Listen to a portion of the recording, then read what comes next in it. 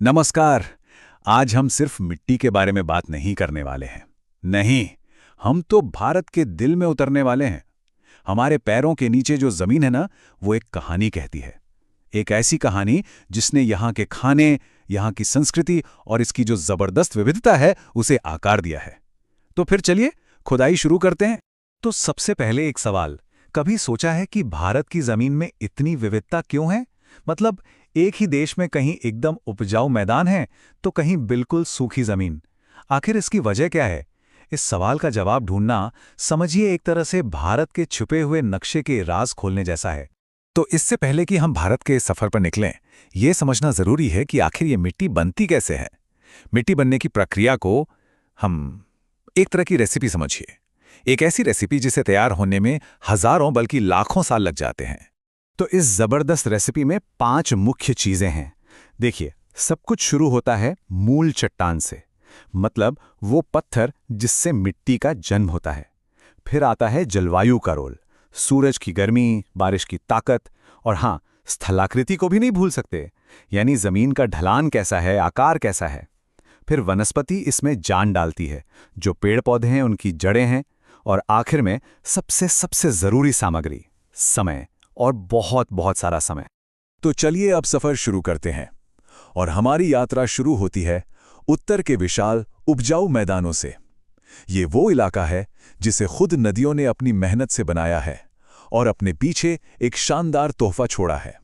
और यहां हमारी मुलाकात होती है भारत की मिट्टी के सुपरस्टार से, जलोढ़ मिट्टी या एल्यूवियल सॉइल। ये भारत की सबसे ज्यादा उपजाऊ और सबसे बड़े इलाके में फैली हुई मिट्टी है।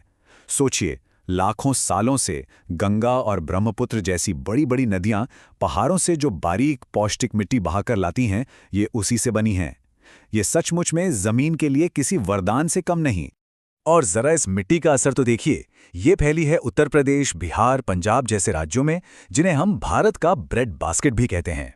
इसी उपजाऊ जमीन का कमाल है कि जहां तक नजर जाती है, गेहूं, चावल और गन्ने के खेत लहलहाते हुए दिखते हैं। लेकिन रुकिए, कहानी में एक छोटा सा ट्विस्ट है। ये जलोढ़ मिट्टी भी 2 तरह की होती है। पहली है खादर। ये नई है, ताकत से भरपूर। ये नदी के पास मिलती है और हर साल बाढ़ के साथ इसमें नए पोषक तत्व आ जाते हैं। और दूसरी है भांगर। समझिए, ये इसका पुराना समझदार भाई है जो नदी से थोड़ा दूर रहता है। ये भी अच्छी है, पर खादर जितनी उपजाऊ नहीं। चलिए अब रुख करते हैं दक्षिण की ओर, एक बिल्कुल अलग दुनिया में, दक्कन का पठार। यहाँ की कहानी नदियों की नहीं, बल्कि लाखों साल पहले धधकते ज्वालामुखियों और प्राचीन चट्टानों की है। यहाँ हमारी मुलाकात होती है काली मिट्टी से। इसे लोग प्यार से रेगुर मिट्टी या फिर कपास वाली मिट्टी भी कहते हैं। इसे आप कुदरत का एक सुपर स्पंज समझ सकते हैं, और इसकी यही खासियत इसे कपास के लिए एकदम परफेक्ट बनाती है। तो आखिर इसका राज क्या है? देखिए, ये मिट्टी बनी है ज्वालामुखी के लावा से, जो लाखों साल पहले यहाँ फैला था। और इसकी सुपर पावर है नमी को पकड़ कर रखना। ये पानी को बहुत अच्छी तरह सोख लेती है, और यही गुण इसे कपास उगाने के लिए सबसे बेहतरीन जमीन बनाता है, खासकर महाराष्ट्र और गुजरात जैसे इलाकों में। अब इसी पठार पर थोड़ा और आगे बढ़ें तो पूरा नज़ारा ही बदल जाता है। अब हम आ गए हैं लाल मिट्टी के इलाके में।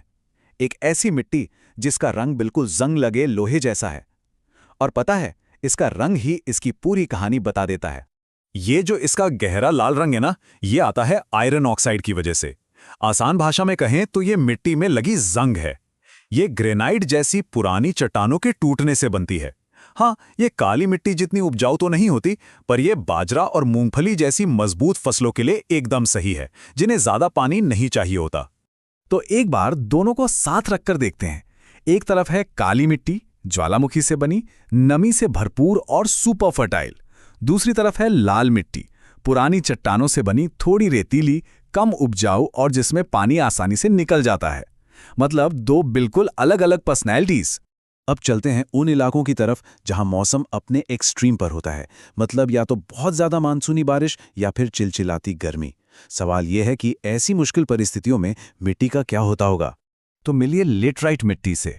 ये मिट्टी उन जगहों पर बनती है जहां गर्मी भी बहुत होती है और बारिश भी जबरदस्त। अब सोचिए, जब लगातार तेज बारिश होती है तो क्या होता है। जमीन एक तरह से कॉफी फिल्टर बन जाती है। बारिश अपने साथ मिट्टी के सारे अच्छे पोषक तत्व बहा ले जाती है। इसी प्रोसेस को लीचिंग कहते हैं। तो अब सवाल उठता है कि अगर सारे पोषक तत्व ही बह गए तो फिर ये मिट्टी किस काम की? हैरानी की बात यह है कि ये चाय, कॉफी और काजू जैसी फसलों के लिए एकदम परफेक्ट है। पश्चिमी घाट और असम जैसी जगहों पर ये पौधे इसी अनोखी मिट्टी में फलते फूलते हैं। और आखिर में नजर डालते हैं कुछ और मुश्किल इलाकों पर, जैसे राजस्थान के रेगिस्तान में, जहां मिलती है रेतीली मिट्टी। ये बिल्कुल एक छलनी की तरह होती है, पानी इसमें टिकता ही नहीं। और वहीं गुजरात जैसे कुछ इलाकों में खराब ड्रेनेज की वजह से मिट्टी में नमक की मात्रा बढ़ जाती है, जो ज्यादातर पौधों के लिए बिल्कुल भी अच्छा नहीं है। तो ये था हमारा पूरे भारत का सफर मिट्टी की नजरों से। चलिए अब एक कदम पीछे हटते हैं और इस पूरी खूबसूरत तस्वीर को एक साथ देखते हैं।